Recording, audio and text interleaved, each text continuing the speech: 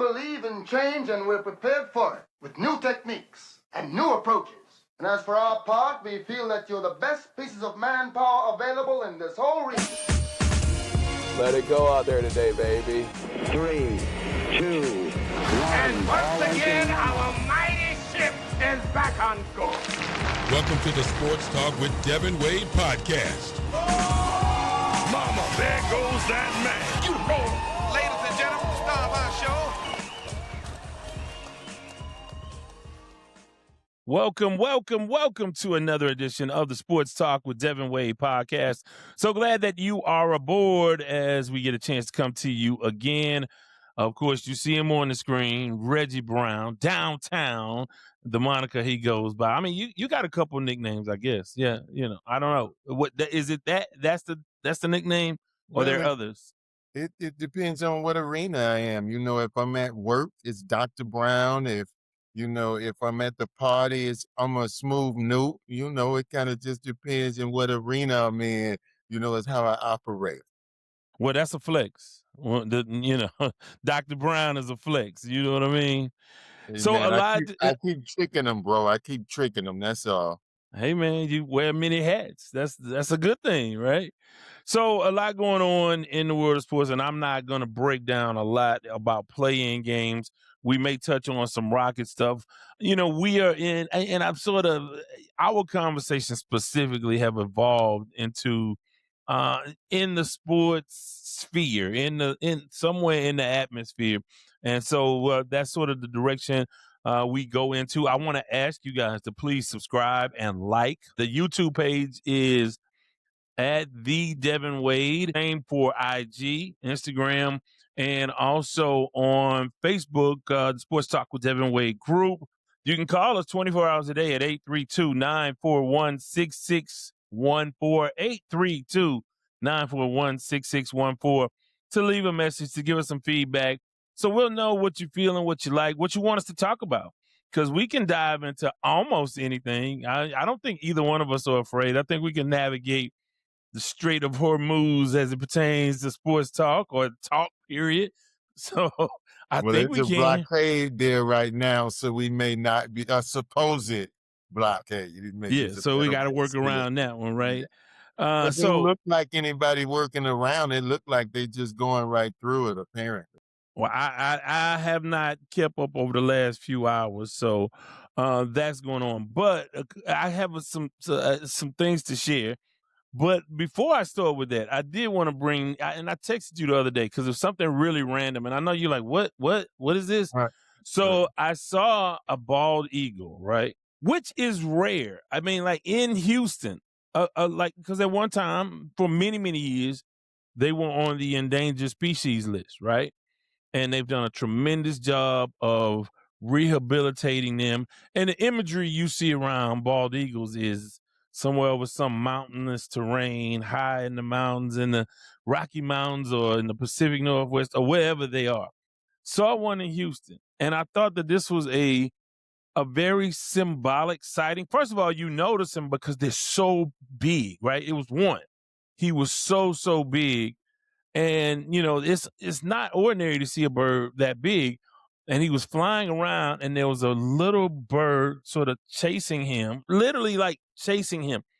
And I know maybe you've seen where, like, if an animal or a person comes too close to a nest for a small bird, the bird will sort of dive bomb you.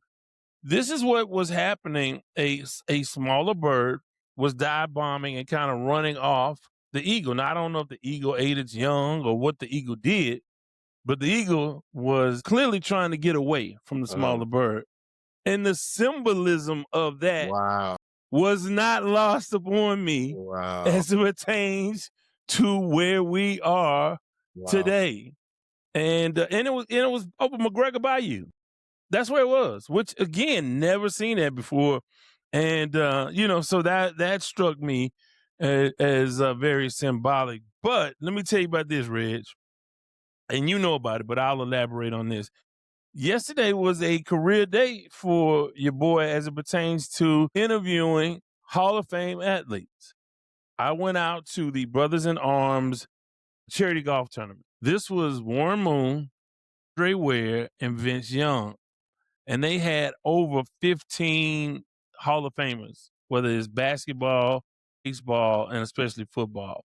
So over the course of my career, I have interviewed everybody. I've been in scrums with, interviewing Jordan and Shaq and all of those people. Of course, any Houston athletes, right? And I've had Jim Brown on my show on KTSU Sports Talk. It was Sports Talk with Devin Wade then for an hour. Deacon Jones, right? So, but this Wow. never 7 in one day. So I had a chance to talk to Calvin Murphy, Andre Johnson, Jerome Bettis, Eric Dickerson, Warren. I talked to Warren. And there was one other. Who am I forgetting? El Two others. Bethea? I thought didn't you say one of the Oilers, was it Elvin Bethea? No, it was Robert Brazil. Swag. Robert Brazil, yeah, Robert Swag. Brazil. Yeah, that was one. And there was one other. So it was Bettis, Brazil, Calvin Murphy, Eric Dickerson and Andre Johnson. Yeah, so yeah, I lost count. Somebody along the way I forgot. But it was a great afternoon. And for the 15-year-old version of me to say that I was in that space, it's still kind of it's a cool thing, right? It's still kind of cool. You Yeah. know. So let me ask you this. One, congratulations again. Well, I mean, yeah, it's we've been together for a long time. You were coming through, and I was coming through as a young player, and you certainly gave me some opportunities to have a voice out there back in the day. I was a probably in the number 53 roster guy, for a couple of years. So I didn't, all the reporters walked right past me, but you always stopped and gave me an opportunity. I would like to ask you though, you talked to those 7. Who was the most impressive or gave the best interview?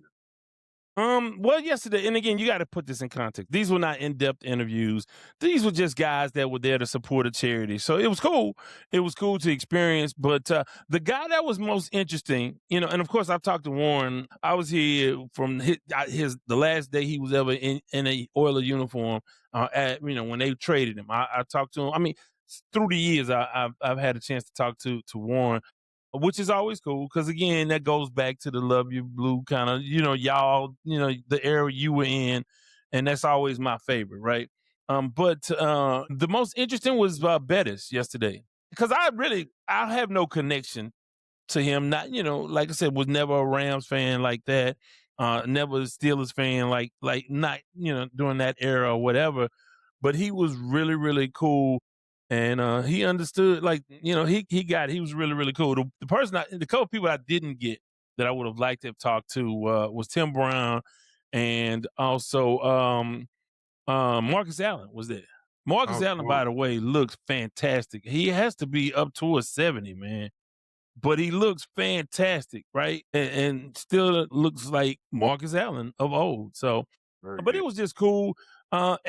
If now you shared locker rooms with a lot of players, a lot of legends or whatever, anybody you would like, oh, by the way, I didn't tell you this, and I should have thought about this yesterday, and I just didn't.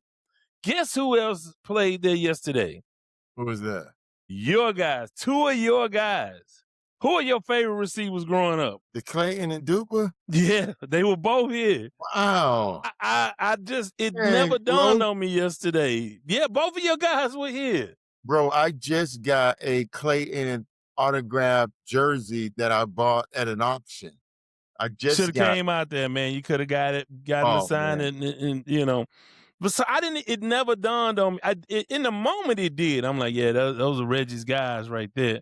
But yeah, they were out there too. The Clayton and Duper, both of them were out Man, there. I So grew up, they are part and parcel to me being the football player that I was, man. I mean, I watched them guys on Sunday and then immediately go outside and, try to run the same routes and do the same things. They were so different. One of them was, 4-2 guy, and the other one, was fearless and went across the middle and made the plays. And yeah, they were a treat to watch. And it sucks that neither one of them made the Hall of Fame.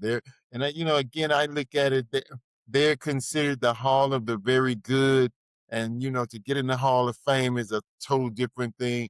I still think that Duper should have got in the Hall of Fame though. Well, without looking at the numbers, we talk about this. Like we had this conversation a couple podcasts back where we talked about, okay, Hall of Famer, you know it when you see it. What is your criteria? Without looking at the stats, just on the basis of how big they were in that stretch and how good that team was, Yes. you can make a case for both of those guys. Yes. When you start thinking about other guys that are in, like Isaac Bruce and I think Torrey Holt is in, and those guys. Torrey Holt is great, and Isaac Bruce, as good as they were, and the numbers say so, right? In that era, I mean, they were upper echelon, man. And I think what happened is Marino got too much of the credit. I would say a disproportionate amount of the credit, because I'm trying to think. If you think about it, who was his third leading receiver? Was it Urban Fryer? I mean, like over the course of his career, maybe Urban Fryer, Jimmy Where Cephalo. Who was Yeah, it? well, OJ McDuffie, those guys kind of came in late in the. You got to remember too that when Marino, when he was in his heyday, they were still running two back offense with two receivers, a tight end. They didn't go to the spread offense and those types of things until late in his career. I mean, the offense kind of revolutionized with Dan Fouts and Air Coryell, kind of really started slinging the ball around. But so they still, Don Shula still wanted to run the ball a lot in his early years, but he just couldn't help it with Marino being so good. I do believe exactly what you said, that Marino, as good as he was, not overwhelming all of the credit when they really, I mean, one year, Clayton had 18 touchdowns. And I Yeah. mean, it's unheard of for a receiver. And so, like you said, you know it when you see it. If Me you just seeing ask me, yeah, and you have to have been of that era, and I don't know how yeah, long the stretch was. Was it in my mind? I'm thinking, because again, about they were 6 years, overshadowed. Yeah, about it was 6 it seems shorter than that because, of course, they had the run. Now, when he went to the Super Bowl against the That was the 49ers, second year. but that wasn't them, though, right? Were they there? Because that would have been 80 what, 2? 84, 84. 84. Yeah, And then, of course, you had the 85 Bears that overshadowed everything. yeah, But they had a stretch in there, man. And if yeah. you were there, the Marx Brothers were talked about quite a bit. So, and it's a little bit of a shame because those guys of that era, all things considered, I mean, you still had to feed Andre Franklin. He had to get his carries. You know what I mean? This was after Jim Kick and Larry Zonka, but who was some of those other just Kareem Abdul-Jabbar was that was one of the. later. That was later. Yeah, Yeah. but he was there, and the Dolphins never could get him. Tony Nathan, Tony uh, Nathan, yeah, he yeah, was there. so they That's one of never the could really ones. get a running game going to help him out, and so they had to sling Yeah. it around like that. But yeah, Man, y'all slept on Under Franklin, man. You should have got him more carries. he So hey, still wore the neck brace. yeah, you have to been, would have had to been around to remember Andre Yeah, Franklin yeah, for and sure. Kenny King and some of those guys. Yeah, yeah. So that's going on. NBA play-in game. The only thing I will talk about, and obviously get your thoughts on the Rockets Lakers series. Yeah, Rockets have to win this one. You got to win this one. I mean, with no Luka playing, I don't know if Austin Reeves is playing or not. With a 41-year-old LeBron, And his son. and yeah, and his son. So you gotta You have no pick the. choice but to take care of business. This is from all what seems to be all outlets that this is LeBron's last year in LA. So, does he put on, the Superman cape for the last go round? Is that possible? Don't think it is. I really don't. And obviously he'll elevate his game because he's an all-time great, but Kevin Let, Durant let- is an all-time great too. let So me ask you this. has LeBron ever carried his team? Because he gets some flack Yeah, about yeah. that. The Cleveland teams, right? The early Cleveland teams he carried to the I mean, NBA Finals, championship wise, right? The one in Cleveland when that he did win in Cleveland. with Kyrie. Yeah, but yeah, I would have to think about that. But yeah, I would say so. Yeah, not in the way that Moses Malone did, or Akeem Jordan, Olajuwon, or or Jordan did. You can make a case for Kobe because he had Shaq. I mean, but he if you won want to have without Shaq too.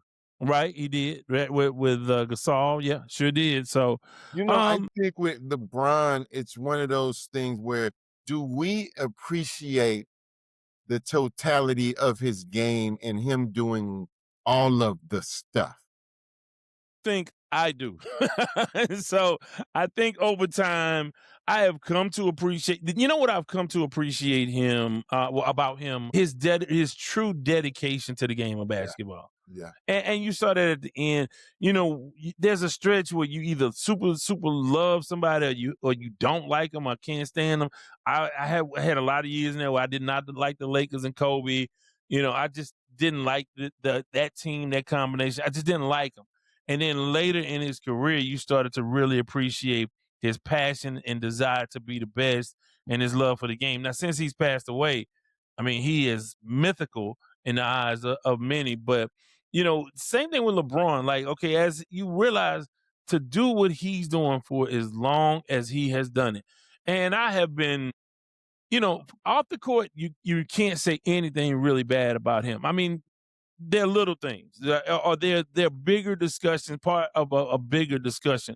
Like I was talking to somebody about, he'll get the blame, I think, for this era of the generation that created load management. Now, I understand that Greg Popovich started that in San Antonio, but if the biggest, most popular star in the game dictates the culture of the entire game, then he has let this culture down. He never participated in a slam dunk contest. Never super intense as it pertains to the All-Star game. Never he didn't have that dog in him. He will take nights off, right? And obviously as he's gotten older, you expect that. But there were times where he would go. You remember he would leave for a week during the part of the season and just be away from the team, and you could never imagine Michael Jordan doing that. You could never imagine that, right? So from that standpoint, if he's the face of this generation has really, really not done. I mean, it's just evolved so much in not a great way. Leading to the next thing, and I'll ask you about this, and I'll get your same thoughts about LeBron. 165 players sat out Wow. the game Unbelievable. before the last game of the season. 165 Unbelievable. players, 168 players, right? The league literally had to create a 65 game rule so guys would be eligible to get postseason awards, MVP, first team, second team, all NBA. Do you place part of this at his feet? And I know he's not the originator of load management, but he's kind of, I think, as history progresses, he will become the face of that. Do you think? It's such a tough thing to. So I'll say it this way: as a player of my stature, where I was as a player, you want to play every game. Now, mind you, I didn't play every game because Haywood and Ernest, Haywood would tell me I'm gonna get you in the game and then act like he don't know me during the game. And so I'm sitting on the bench the whole time. So, my perspective is players want to play. I try to understand what it is to make 10 and 12 and $15 million and how that affects Your how hunger? important things are to you. Because I think, Well, but see, here's what I'll say to that, right? Magic Johnson, Larry Bird, now again, nowhere near the money, but relatively these guys were going to be rich for the rest of their lives. The Converse deal alone, right? They had nothing financially to play for. Magic Johnson is probably behind only LeBron and only Michael Jordan as an athlete. And I don't know what the numbers are where he is as a billionaire or whatever. I don't know how close he is, but to play and, the peak of your career was in the 80s and now you're a billionaire. They clearly weren't playing because they wanted to make money. They didn't have an off-season job. They wanted to win. Jordan, he could name his price, right? He had his Nike deal. 1 year. And he still had that intensity. All of those guys, Isaiah, they had the money. So I get it. I think it's a microcosm of society, though. Don't you think, where people don't work as hard as they used to? People, even in my profession, and that, people take off from work a lot, where when I first became an educator, we didn't take off from work, and now, you know, hey man, it's a struggle and so I think it's a microcosm also of society, where people are like, hey man, they ain't finna work me to death. I'm gonna get me some rest, and I'm gonna go travel, and I'm gonna do all the things. You only live once. I think our generation, and again, this is not generation bashing because it'll sound that way, but I think that the generation that we're referring to took work and the competition very serious, and we took it to heart, and we would do the things that we did for free, where I'm not sure these dudes would ever pick up a basketball if they weren't getting paid. Well, I mean, I think they would have. I think that, and I say all of these things, and clearly, like, LeBron has more of a fire for the game than anybody. I mean, for him to sustain this long of a career, he has had the money long enough. But we got into the whole discussion about him being critical and saying that Memphis needed to leave, that the accommodations weren't great. And you think about this, in the CBA, right? They have to stay in 5-star hotels, right? They all on charter planes, and yet they still miss more games than ever before. And and here's the other thing: they're bigger, faster, stronger than the previous generations, and yet they're softer. Not physically, but just the way they approach things. And I get what you're saying. It's a microcosm of society. Except, bro, you are on private planes, on charter planes. You are in 5-star hotels. You don't play many back-to-backs anymore. They don't do as many back-to-backs as they used to do. And so, yeah, I get it, but you're not killing yourself to play 3 times a week for an hour and a half, because that's about all I think the other thing too, and you mentioned this about Tiger Woods the last time we spoke. When these guys turn 17-year-old, a lot of them, their lives all of a sudden change because they're getting the money, whether it's through backdoor channels and now even NIL deals, et cetera, et cetera. So all of a sudden, you talk about they're softer, they've grinded, a few years in the hood, if you will, and then all of a sudden, for the rest of their lives, it is those 5 stars. And that could tend to, warp the way you feel and the way Yeah. you see things. Yeah, I mean, anybody that has money, and we talk about the celebrities. Anybody that's been a celebrity for more than 20 years, they not like us. And I don't care who you are. I mean, you can have the most grounded person, and they're just not like us. That's why sometimes I give Barkley a little bit of a pass on some of his politics. He's not quite a 54%er, so I ain't gonna throw him. He ain't a 54. And if you don't know what I'm talking about, you got to go to the previous episode. He's not that. He might, He went to Auburn. He went to Auburn. Now, did he go to class? But at least he went. But I think what you have to understand, this guy has been rich for so long that his politics will tend to align with his Follow the money. surroundings. Follow the Same money. thing with Tiger. I said that about Tiger. Tiger was a product of his success and where he was and who he spent the most time around. He was in a different world, right?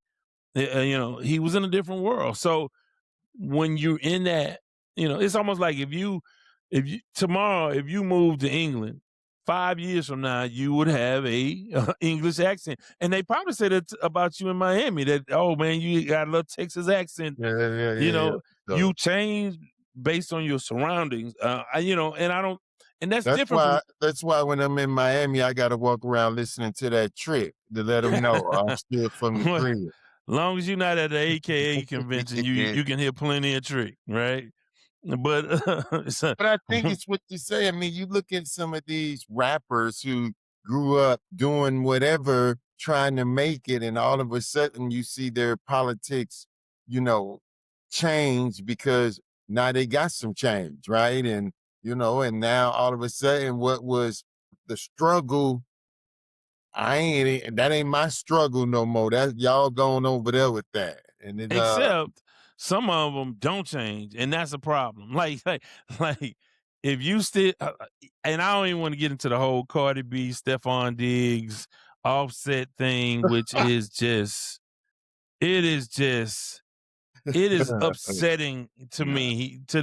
As much as I'm gonna be upset about anything in pop culture, but the fact that you've had money for a minute now. All y'all got money. All the three of y'all, and this is what we doing. Like, is this really what we doing? Yeah. And see, And you got access. it'll be And you got backpedal out of access. some of that because I can go down a rabbit hole on that No. whole situation. But it's an interesting thing when you talk about LeBron. I think obviously books have been written about him, will be written about him. I think his story is uniquely his. He was a child prodigy, Yes. and that comes with, but by and large, I think he's a good dude. And I think that although I don't fully appreciate his career, because you get into the best of all time debate, you have to admire what he's done, man. But that's it. Incredible. That's the part where I draw the line. I'm not a LeBron fan per se, but I 100% respect what he's done. That the fact that he is so polarizing when it comes to what he did in basketball is really, really interesting. I mean, for all intents and purposes, this guy is a top 3, 4, it's definitely top 5 all time. But I don't think there's any other player that is treated and has as much scrutiny about their game and what they've accomplished as he has. Well, here's the thing, right? He comes. We've lived long enough, right? So it is a generational debate, right? Because the young people will look at numbers and all of the, and all of the stuff, right? We look at how not only that you did it, how you did it, and when you didn't do it. So my boy Kevin Allen, the Silver Fox, co-host on KTSU Sports Talk. He's like, hey, he always has to have things around him to win. He had to go and go to Miami with Dwayne Wade and Bosh. And, he had to go to LA and bring Anthony Davis with him. He had to get Kyrie in Cleveland and Kevin Love. The biggest indictment is the same indictment I have of Kevin Durant. Like, you stay where you are and win. Kevin Durant, and I really appreciate what he's done for the Rockets. And great player, love what he does on the court. Philosophically, never should have left OKC at that moment to join the team that beat you. That's an unforgivable sin for people of our generation. And then they say, well, Jordan had Pippen and he had, Dennis Rodman but he started out with Brad Sellers and Bill Cartwright, right? And he didn't leave, right? And, he didn't go play with his partners. He didn't go play with his AAU teammates. And I think for our generation, that's very impactful. Same thing with Kobe, right? Kobe, a Laker for life. Well, I will say that. So you look at the teams that you just called out. You think about the Lakers dynasty, the Boston and the Bulls. Those teams all did great jobs of building from within, right? The Lakers drafted Worthy. They had Kareem. They drafted Michael Cooper. All of the guys in that dynasty. You look at what Boston did with all of those players, and you look at the Bulls. These players today aren't willing to wait to see if the organization is going to be able to do it. I agree that Cleveland, he should have stayed in Cleveland. He was going to the playoffs. Was he there? Cleveland adding a player to would really have made them a player, but he wasn't willing to go through the grind like the other ones were. And that's where the scrutiny comes in at. Before I grind it out and work with the organization, I'm going to just jet and, go from there. With a few historic exceptions, right? We always generally think of guys with their teams. That's their team, right? Olajuwon, Rockets, his team. Patrick Ewing, that's Knicks, his team, right? Now, most of these guys, just about everybody went somewhere else and played towards the end of their career. Yes. Barkley was a guy that got traded in the middle of his career, but he was great before. But it wasn't like he demanded a trade. And he didn't wanted want to go be traded. He didn't want to be traded. and he wanted to go play with Dan Marley, Hornacek, and of course Kevin Johnson, and Eddie Johnson, and all of. He didn't take his talents somewhere else. Bird was a Celtic for life, Magic a Laker for life. Now again, the dynamics of the NBA were different when Kareem went from Milwaukee to LA. So those things happen, but he is a Laker for life, right? And so when you think about the biggest, most popular guy, the best player, I can't think of any other of the greatest players of their era switching teams. I mean, again, you could talk about Kareem, right? You could talk about Kareem. Moses went and played with Doc. But he got dumped, right? He got dumped, right? By the Rockets. It wasn't because he wanted to go away. They made the move. They got rid of Moses. And, so you can go down that road for quite a while. But, I can say this. No one has had a greater career longer than LeBron. And that's something, man. He and Tom Brady are just machines. Yes. And I think unbelievable. Absolutely unbelievable. you won't see that again, right? Even with technology, even with all of the creature comforts that these guys have, you won't see that again.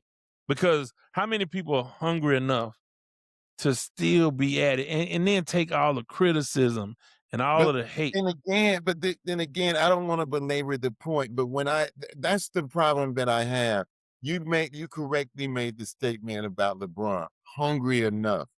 But then he gets this stigma as if he wasn't hungry enough with the low management and the taking off the games and all of the stuff. Right. So the irony of being both. Yes. And that's the duplicity and the duality of who he is. Statistically, he has all of these numbers. You can't argue with those.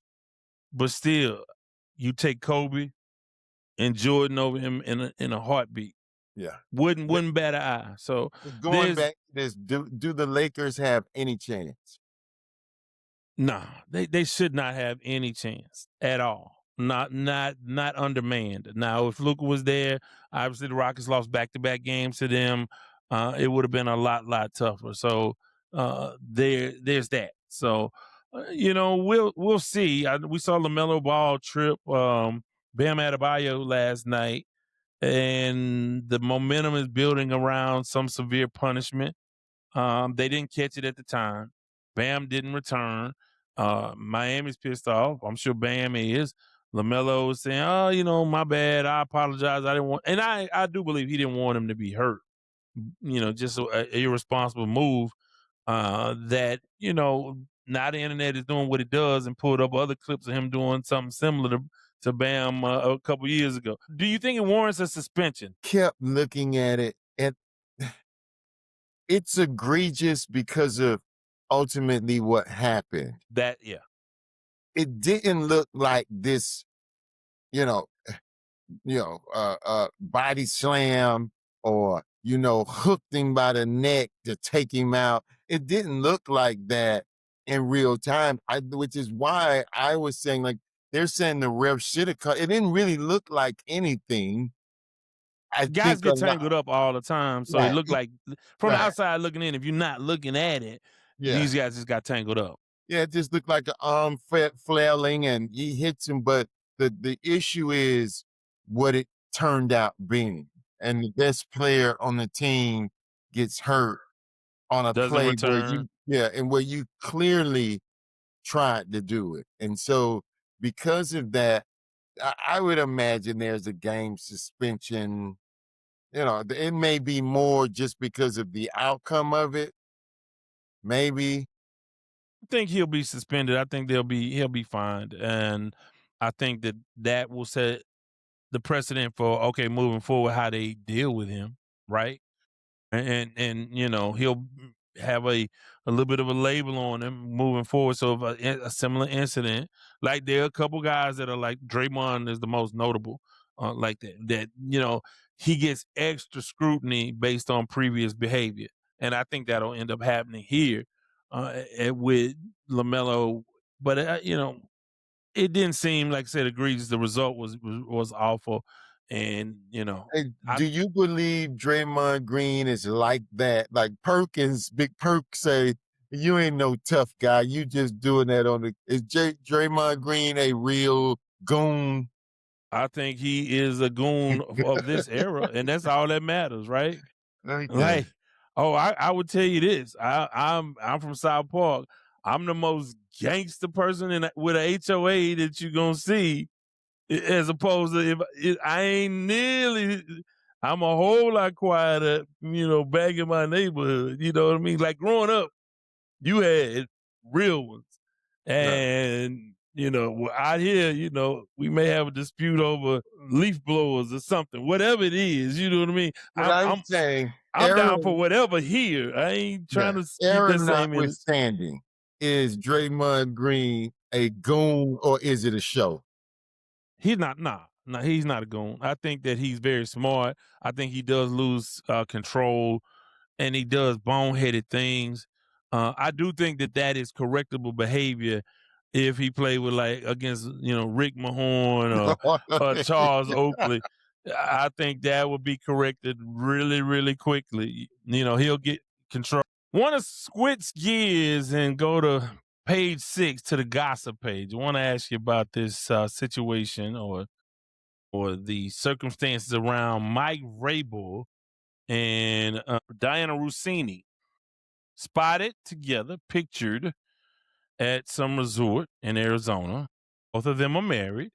She is a reporter. He, of course, is head football coach of the New England Patriots. One picture, their hands were interlocked. I'm trying. One picture, they were hugged up. One picture, they were sitting side by side. And both claimed that was totally innocent. Both are married to other people and that there were other friends there. Hadn't seen any of those pictures. She worked for The Atlantic. The Atlantic said that they were going to investigate. And during the court, initially they backed her. And then, as the investigation sort of went in, a little bit longer. And I think some of the public discourse really, really got to her. And she basically said, I'm not going to be a part of this. Because the narrative seems to have been, I don't know. I'm not going to read her statement, but basically she was fed up with the whole thing, and she was not going to put up with being scrutinized any more than she had already been. She already has now a scarlet letter on her in the court of public opinion. Let's talk about the several different elements of this, because he's not receiving any kind of criticism, right? He's not. Nothing is coming his way. It's all about her. And I will say, as a media member, I get it. But before I talk, what are your thoughts? Because you kind of missed a lot of this because you've been traveling over the past few days. But what are your general thoughts on that? Well, again, I look at this from several different ways. One is, who cares?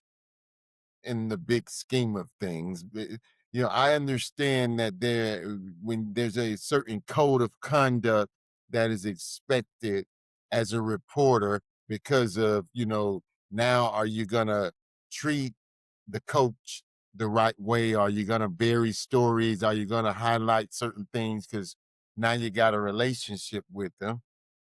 Two, you know, have we concluded because we saw a couple of pictures that they're sleeping together? Is that the end of it? They did it. We know they did it. There's nothing else to talk about, or do we accept that it could have been not a thing?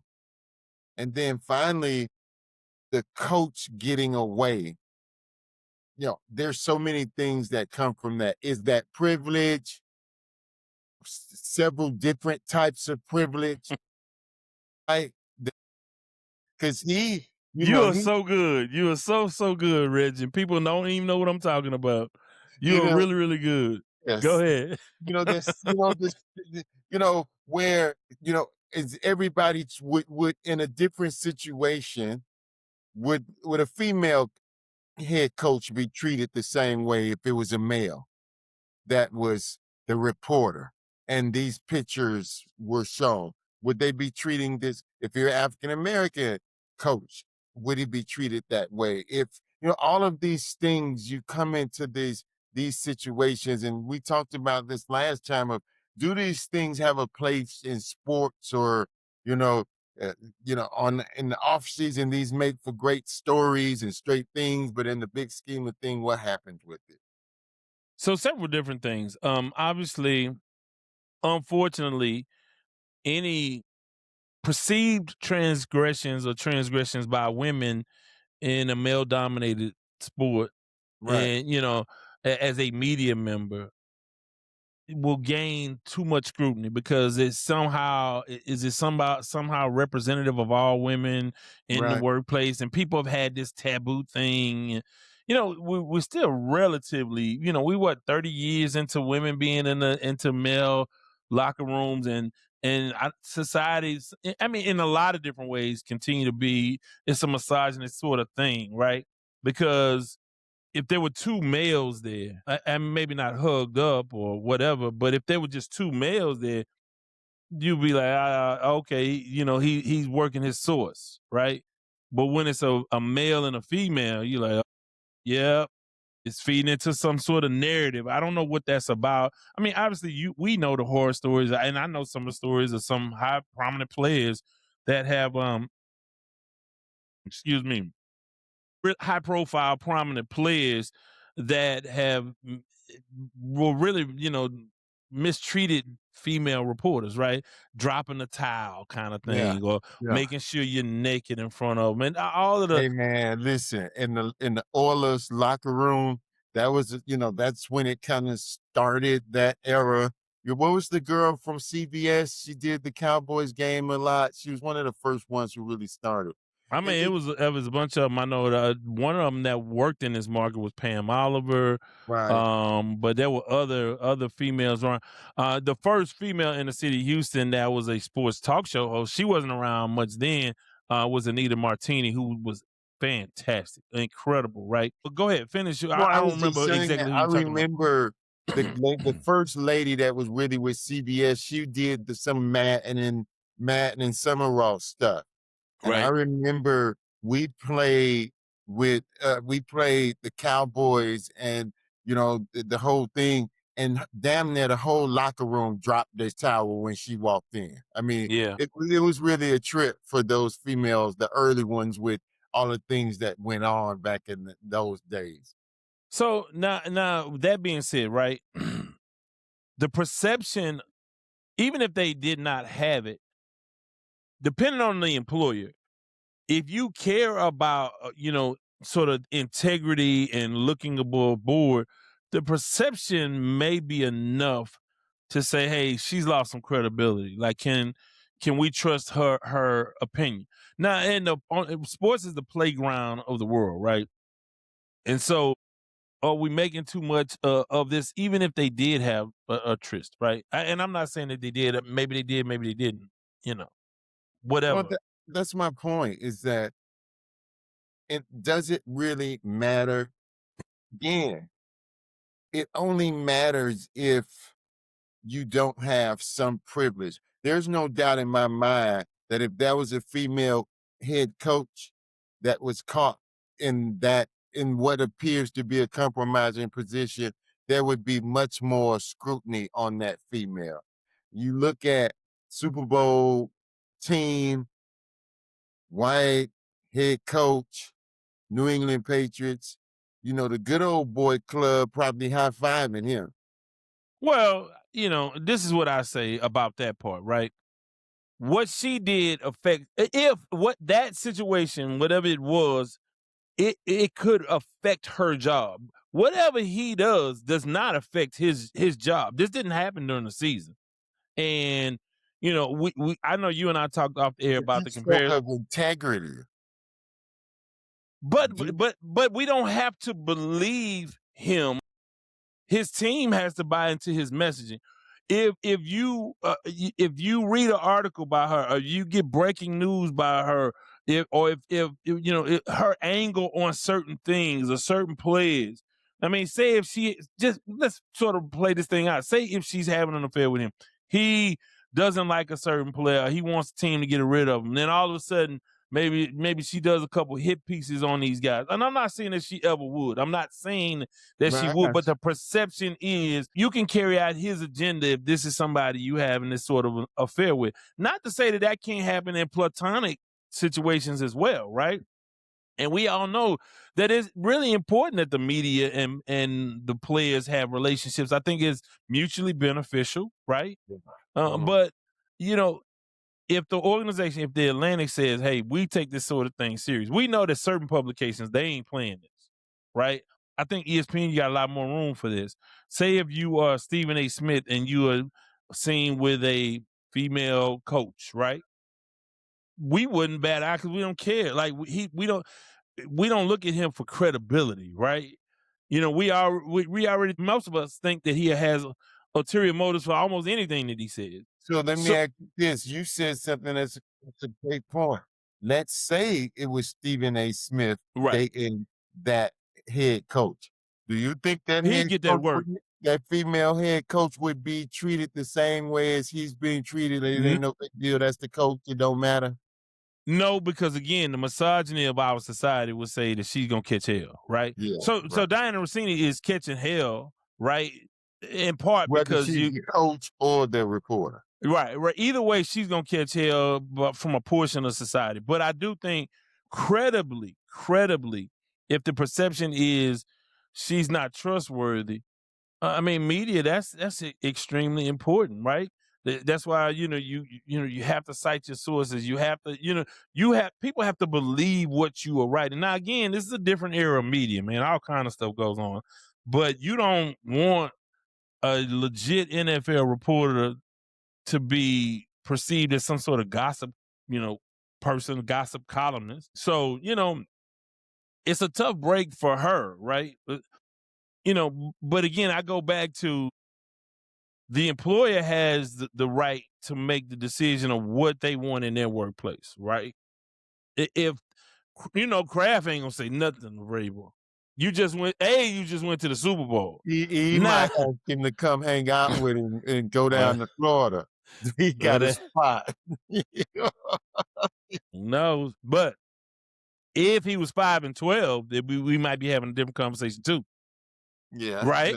Yeah. I remember after Rudy T won the championships, had a little accident with the tree. Yeah. Hey, all of Houston blamed it on the sun. Hey, you can walk on that. Hey, man, I'll come get you. You win 2 championships now again. Yeah. Jerry Glanville or Hugh Campbell or whoever was, was Ed Biles. If they do it, they running you out of town. But you just came out coming to the Super Bowl. He doesn't need the same credibility as a writer. So that's why I don't, now she's since resigned, but it's an interesting conversation to Will she have, but resurface? Will she resurface? You're in that world. Will she resurface? I mean, I think so. I think that she was considered good at her job.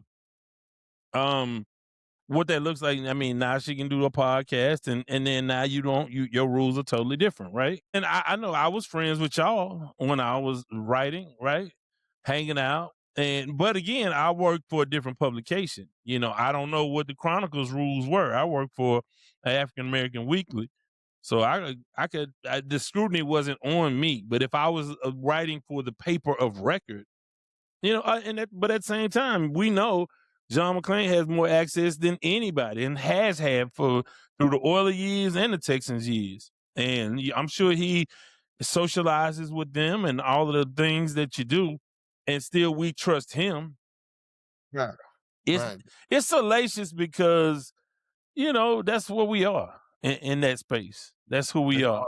That's just one of those things that it'll just always be.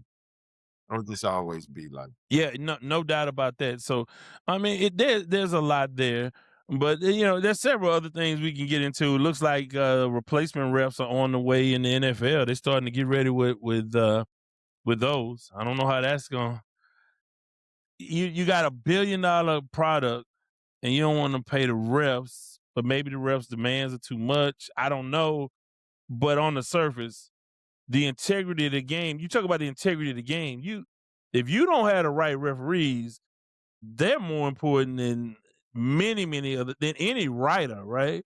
So you better get that right. And maybe they're just playing hardball with these referees, but they are starting to implement and work on But don't you think replacement. don't you think that they get don't you think that they get leverage because they have replay and now going to the rules where the flag can actually be thrown out of the booth and those types of things? Does that make the position of the NFL, a position of strength because of some of the things that are going on with refereeing? Yeah, I mean, I think you can find ways to marginalize them if the fans accept it, right? And maybe like in baseball, at this point, they could generally go without a without an umpire, right? But I mean, in many like balls and strikes, you don't need an umpire for that anymore, right? Yet they're not ready to make that move. That would be monumental. So now I actually like what they're doing with the ABS, where you kind of can appeal. You get a couple of appeals a game. I can rock with that, right? I'm okay with that. What I don't like is, you want that human element. It's not perfect, but it's human. And, I think that you talk about being a microcosm for society. When these things start to happen, we're seeing, tens of thousands of people being laid off, right? Because of AI and automation. How much does society, how much are we willing to accept in that space? And I just think you have to have that human element. Let You me you know, ask you this. Do you think that, because as I'm sitting here thinking about this, there's one thing that happens after the game that's consistent, and that is the losing team gonna blame it on the ref well, I mean, to maybe some not degree. publicly. Yeah, When maybe. when I say losing team, I mean fans. They cheated on us. That's been from every level. The basketball, they don't call the foul. They cheat and they didn't call it. Will people really care about replacement refs once the season starts? I think you're gonna care when you know that these guys are gonna miss calls and blow calls. I think that whatever happens will be But doesn't amplified that because we've happen seen it with? before, But doesn't right? that happen with regular referees where we still say we lost because the ref he was holding, et cetera, every game? So what I will say is NFL refs are probably the best, Of the best. That's a fact. right? Right. And because they are human, they're gonna make mistakes. You trust NBA referees a lot less. And A lot less. and I and, don't trust and them I at would all. I but I don't would trust. Do you Well, really trust NBA refs? I mean, come on, man. They travel on every play. They flop on every play. Well, I think the league decides that now. I think it's too many angles and videos for them to just totally do what they like. What happened with Sacramento? I think it would be harder to make happen. You know, they have that post game report now, and they get graded and all of those things. They take it serious because one thing that will cost You you think wait. You can't just go say what I think I heard you say. what. With all of the traveling that goes on, where do you think that stems from? But because the league has not made that a point of emphasis, anything that they focus on, we saw. What was the thing? What was the last thing that they really, really focused on? It was something, and I'm trying to think about what sport it was. It was in NFL and the taunting, They right? ban No, a no, focus no. every year. But the taunting. Remember they Yeah, just ramped that up all of a sudden. yeah. And all of a sudden, it became a point of emphasis. And then now they starting to throw flags. I That's think the the NFL NBA every can clean year. up all of that if they want to. They've allowed the Euro step, right? They can stop that if they want to. They let these guys make it on a lot of those little things because I think they deem them as inconsequential to the play, which again is wrong. Wrong. I Right. agree, it's wrong. But I don't think they doing that because they're cheating and they'll let one team travel and not the other team. I think that's just not the point of emphasis for them. But you look at what they were talking about with the WNBA and some of the college the women's games, how they have brutalized and just had all kinds of fits about the referees because they weren't up to par. We see it sometimes in some of the conferences. If you don't have your referee game right, we know it. So replacement refs will not be tolerated for long. The first time they blow a call, they cost somebody a game. You're talking about millions of dollars being gambled on. It's too much, man. It's too much at stake to not have competent referees there. But again, we see that the NFL is resilient and they can get away with just about anything these days. So we'll see. But I don't know because I just know that every game they say the refs cheated, and that's just been the yeah, losing but you team you will you know, and always I do. know, And they yeah. can point to a few plays and yada yada yada. Yeah, I, you I, hear that with Kansas City a lot, and yeah, guys will pull I up mean, videos. yeah. Mm, I always go back to, when you talk about these things, they say, well, man, they wanted this team to go, and they wanted this team to go.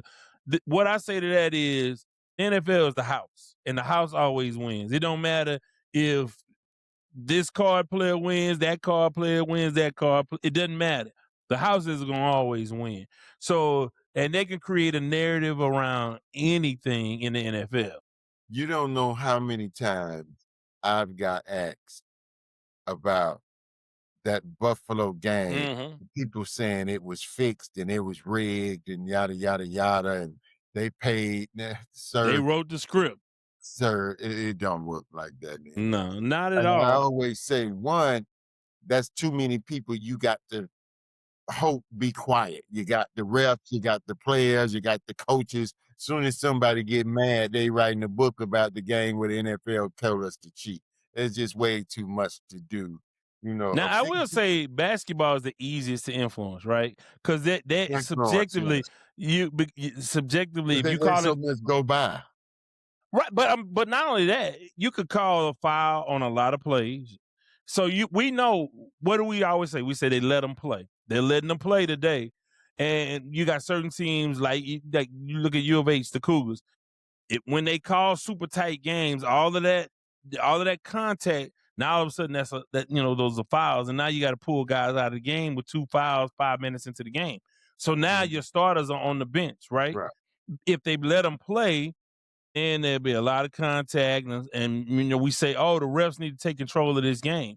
So they can impact the game in ways I don't think they can in the NFL, Well, right? and I think they can impact it like you said, in so many ways. Because I could not call traveling and nobody would say anything. I could call traveling and everybody would agree that it was traveling. I could call, a touch foul and people would say, yeah, he got him. And then you can not call the same foul and everybody gonna say they let LeBron get away with the move. You are correct that basketball can be Yeah, influenced basketball is the real trickiest influence of way. all, and of course, you got the Tim Donaghy situation, whatever his name was, but he, I refuse to believe he was the only person Yeah. involved, but integrity of the game. That's why you go back to the Pete Rose thing and all the gambling on baseball. You cannot have it. That's why they crack down so much on these guys.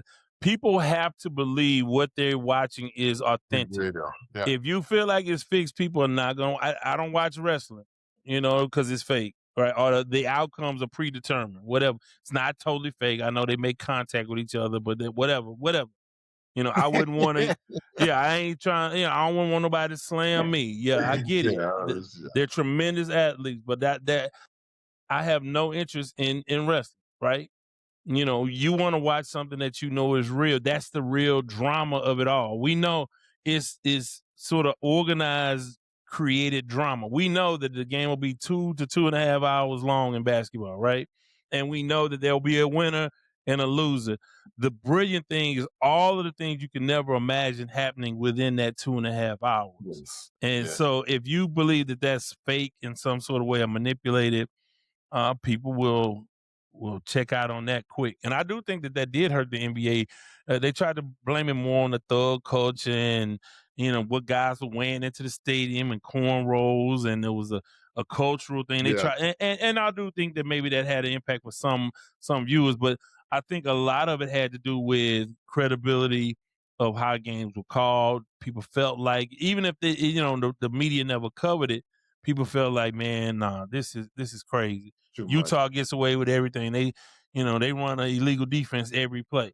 Right. And certain teams will foul every play because they know the referees will be conditioned to not call a foul every time down, so they could get away with it. Stuff like that. So there's a lot. I do want to just ask you this quickly.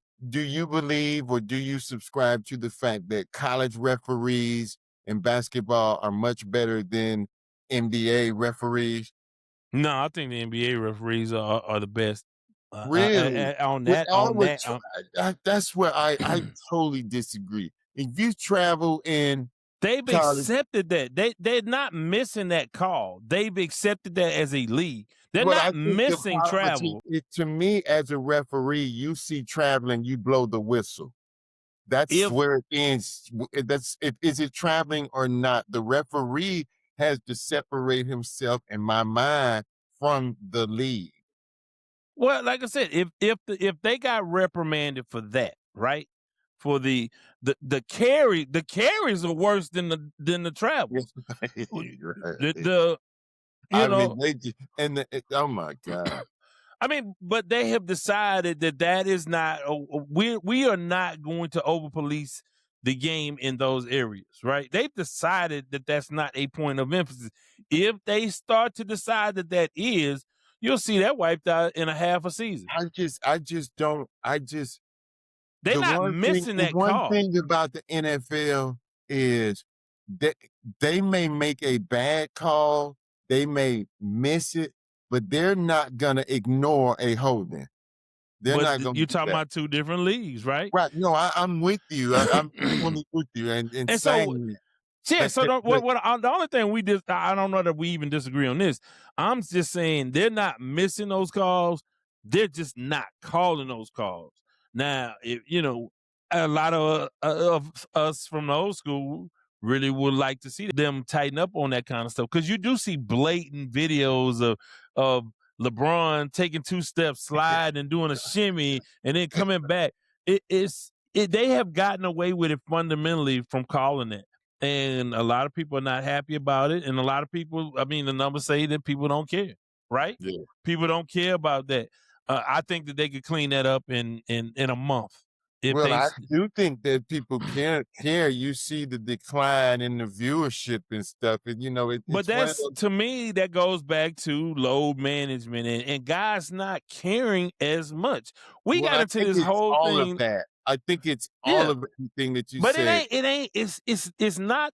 It's not the level of play. It's that these guys don't seem to care. Like, because I try to really go back and I think of, why did I care about a game between San Antonio and Houston in December? But we cared. We really, really cared. Must And see TV. you just, man, you don't know who's playing night in and night out, and you get geared up for this big matchup on Saturday night on the national televised ABC game, and the guys don't play. Somebody don't play. But Like even I tonight, think Joel it's all Embiid of didn't that. play. I think it's all of that. I think it's the traveling and the flopping and the. Yeah, I that think done. I don't all think of that it. hurts the game. I I think don't. it. I think it hurts it to the point of when you put all of these things together. So in of itself, it probably doesn't hurt. But when you put in the players ain't playing and they traveling and they just chunking threes and they don't play defense until the fourth quarter. When you put all of that together, I think that leads to people saying the product that they're putting out there is just not good. Well, I think the thing that I want, I mean, among the many things, and I don't think it's even a travel thing. I do think when you start talking about it, this is just a 3-point lead, right? When you have a team shooting 25 3-pointers a game, you know, and it's not as exciting. You don't have the physicality down low. Used to be an inside out game, the big strong guy down low. Now you just don't. It's not the same. They all run basically the same offense.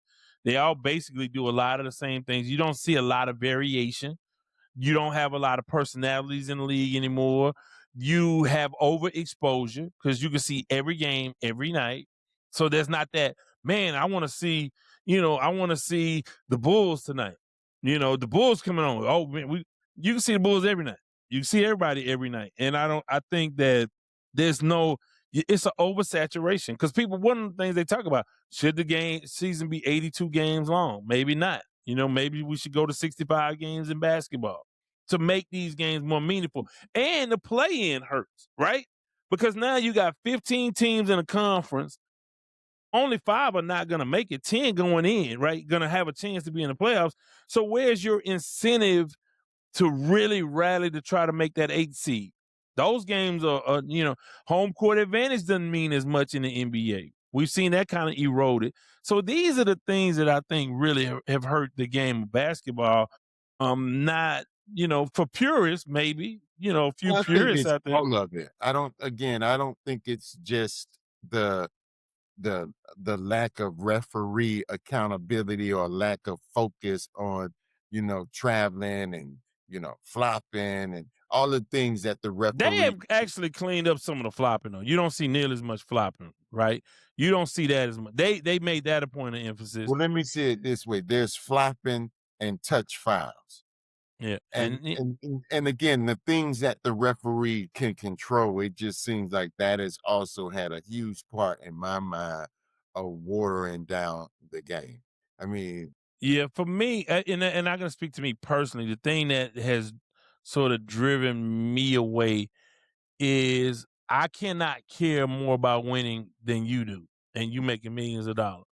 And if I get that and I don't like all of this going to play with your homeboy, and I'm not gonna make my team. I'm gonna team up with my crew, and we gonna make a super team. That that I don't like. And like I said, you don't have a lot of the personalities that you used to have. So with that, hey, want to wind this one down, man. This has been great, and like always, we go in all sorts of different directions, and so it makes things a lot more interesting. Any final thoughts from you before we close this one out? yeah, because you say these things that trigger my mind, and I'm trying not to. Yeah, did super teams work? Did they accomplish to the level that they were supposed to? Maybe you say Steph Curry and Durant and them, that Golden State, but beyond Miami got that, their championship. I mean, they Miami, got their championship, but did they? I mean, they lost the first one to Dallas. Did they win the number? Building the super team, did it produce? So I would have expected that team to win four championships. Them winning 2 was very good for the city of Miami. But if you look at it, I wouldn't call them winning 2 this major success story. well, I mean, if your goal is to win championships, you won 2 Yes, of of your course. era. And when Durant joined Golden State, they won a couple, right? One They or won two, two. two, and then Steph won one without him. What other super teams are we talking about? Brooklyn certainly didn't work. Anything with Harden didn't work. Whatever they were trying to do in Philadelphia hadn't worked. So I think that. Do you think the Boston team, if Boston wins one more, that they would get more respect than the Heat's super team? I don't know. Those things have to take time. Boston got 2 right now. Right. I mean, I think that. I think that again, history kind of has to spend time with those things, right? Yeah. But on the surface, the star power of how all of that came to be, right? And I think that people can point to both the success and failure and be really interested in both aspects of that. Yeah.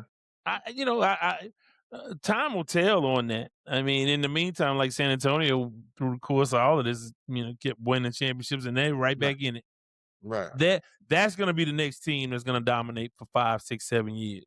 OKC better get it this year. That's a great little team too, built through the draft. I don't know if my answer is OKC better get it this year. I think SGA is a dog, and Wemby is the man. There's no doubt about that. And he's only gonna get better. And he's only gonna get better. But that team is good. That team is good. They are really good across the board. Yes, but I do think that SGA and that team will compete and have some wars with them. I ain't just ready to give it over to Wemby yet.